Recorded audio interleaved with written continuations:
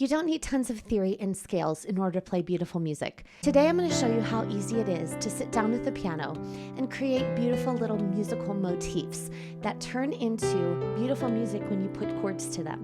So by the end of this video, you'll be playing something completely unique that you came up with all on your own, and it's really, really easy. So come over to the piano. I can't wait to show you how it's done.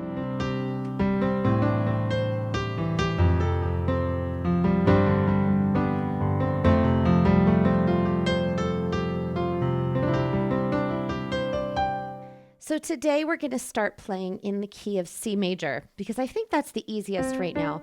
This is all of the white notes between C and C. So you don't have to worry about any of the black notes.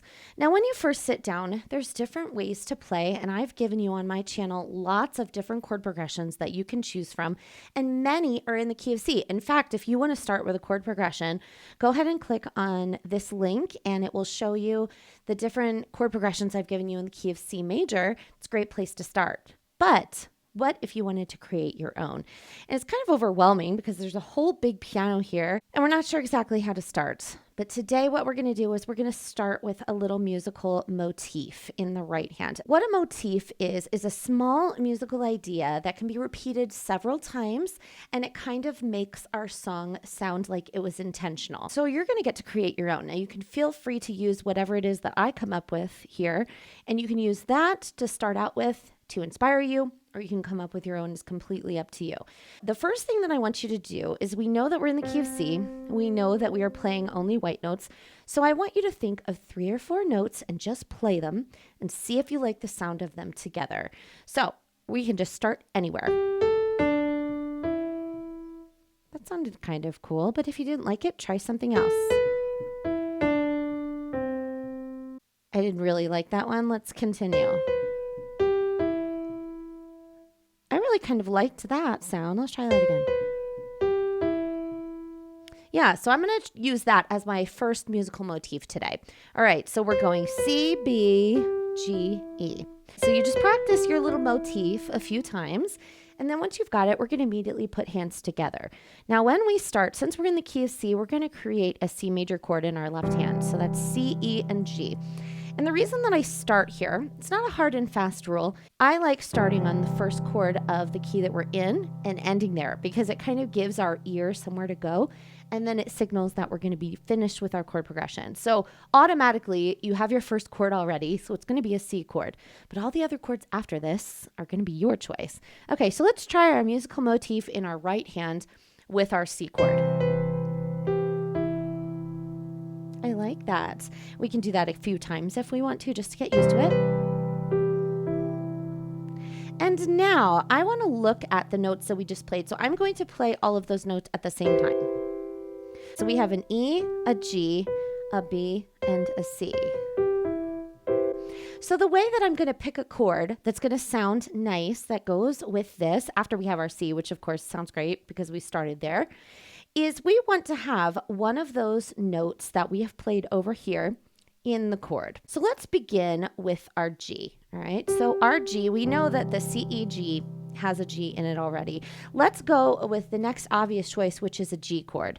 So if we start on G and we make a chord above G, it is a G major.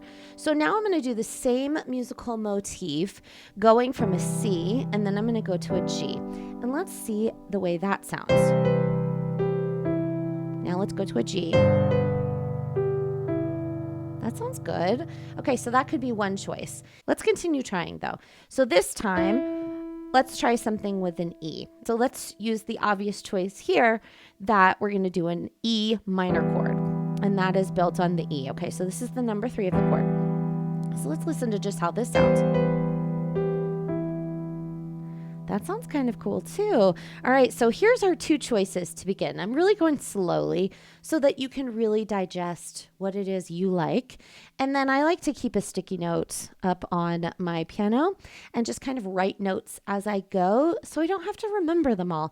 But if I know that I really like a certain pattern, then I'll write that down. All right, so I'm going to do the C major, and then I'm going to go to the E minor and see if I like that. Now to the E minor. I do like that. That has a mysterious sound. Now, every single time we play with our right hand, we don't have to do this every single time.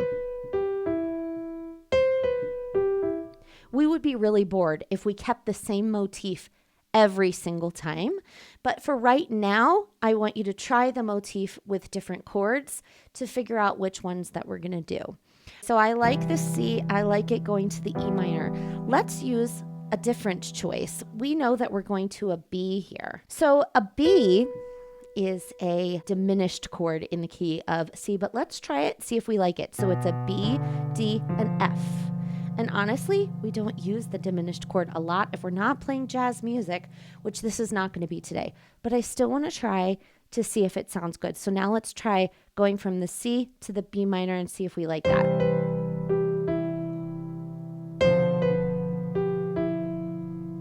I mean, it doesn't sound bad, but I don't think that I'm going to choose it. Let's also look at the C because we start here. And what other notes in the key of C major have a C in them? We did this one. We have two other choices here, okay? We could go to an A minor, which is A, C, and E, or we could go to an F major, which is F, A, and C. So now I'm going to try it with both of them and see the way that sounds. So I'll start with a C, then I'll go to an A minor, and then I'll go to an F, just to see if I like those. Now to the A minor, now to F. I like that. That already sounds good too. We get to just decide now what we're going to do. I want my chord progression to do this motif 2 times before I do something else, so my ear does not become too bored with it. I really liked the sound of this E minor, so I'm going to go from a C to an E minor, and then we're going to change things up in the right hand and play something else in the scale. So let's try the C to the E minor, and then I'm going to pick other random notes and then harmonize them. All right, let's try this. Now to the E minor. And now I'm not going to another chord here yet, but let's figure out what we're going to do for a melody here. Well, that was the first thing that I came up with, but I like it. Oh, wait, what did I do? So I'm going to play all of those notes together right now to figure out what I just did. And do you see how that looks like a C chord? So let's try going back to the C chord and see if we like that. So we're doing C, E minor, back to C. If that's too boring, we'll figure out something else.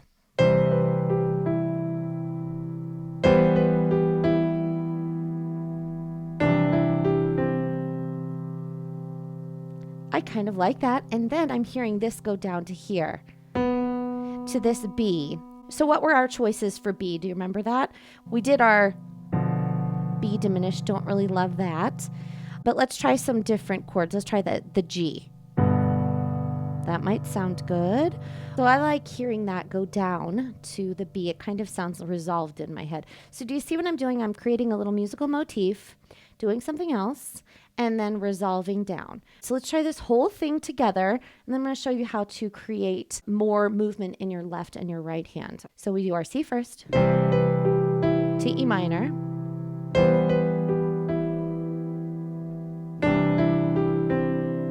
and then we went down to G. So that's the beginning of a great song. We don't want to just simply abandon that original motif, because that's kind of our beginning, and it's going to kind of make its way into the other parts of our song. Now, the way that I've been doing this is I have been planning exactly what I'm doing with my right hand. And that is certainly a way that you can then add chords to your left. You can certainly do that. But now what I'm going to do is I'm going to allow my hand to just play around with some different notes in the right hand. And I'm going to keep this same chord progression going. So where I have C to E minor, to C, to G, I'm going to add one more because I like going to an F from a G. I think it sounds really cool. And then I'm going to go back to C. So that's going to be our chord progression. When I started this video, I wasn't sure what the chord progression was going to be, but that's how I created it, was coming up with the melody first. So now what I'm going to do is I'm going to start with the same way that I have planned the right hand, go through the chord progression, and then I'm going to do the chord progression in the left again, but not play the same thing. Only occasionally I'm going to add our little motif as I continue on. So you'll see what I mean in a minute. I'm going to call it out as I go. Let's start with the motif. We'll start with our C major. Then we do it again with E minor. And then we went back to C. And then we went down to our B, and now we're going to G here. And then I'm going to do our C again. Now I'm going to do this again, only I'm not going to do the same motif. I'm just going to play around.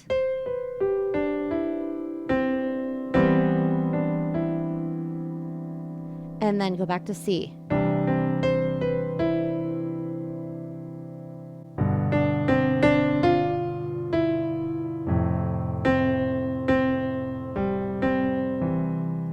So did you see how a couple of times I brought in this feeling?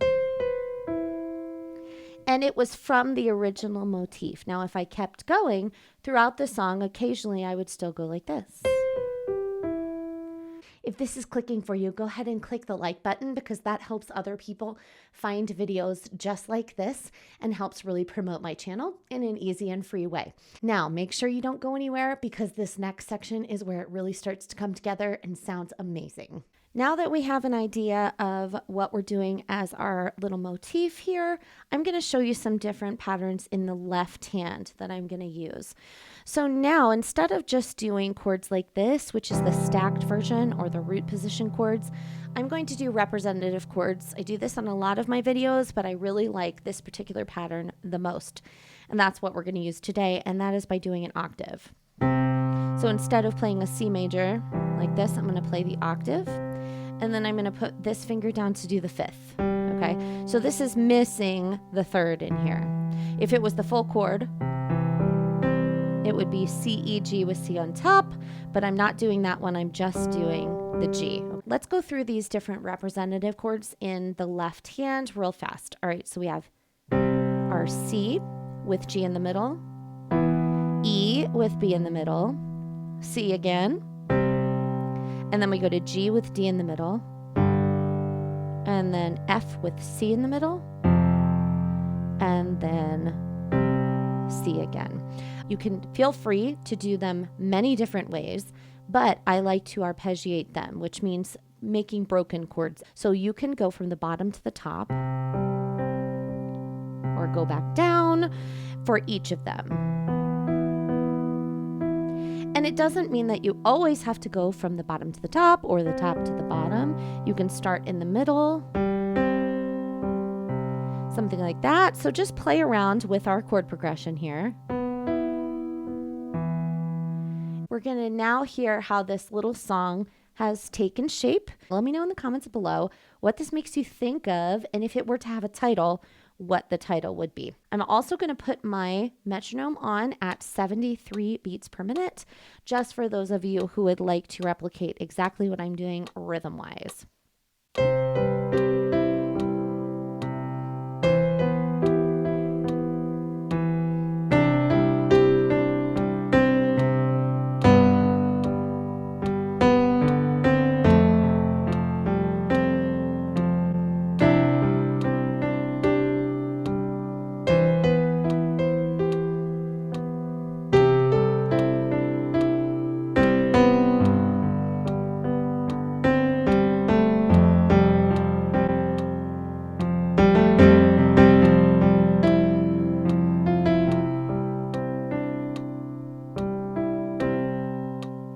So how did it go?